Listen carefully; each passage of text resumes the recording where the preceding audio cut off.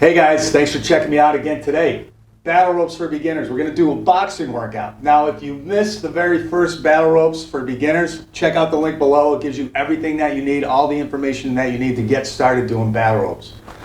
So today, we're going to do another Tabata.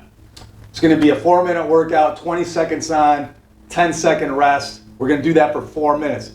Great exercise. We're going to do a lot of boxing moves. It's going to be a little tough, but you're going to love it. Now remember, one of the key things to do in these battle ropes is for the entire Tabata, just try and focus on getting that wave all the way to the anchor point. That's what you want to concentrate on. And we're going to do some simple boxing moves. When you watch this video, you're going to totally get it. Okay?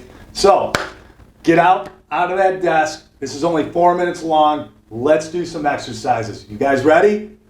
Let's do it.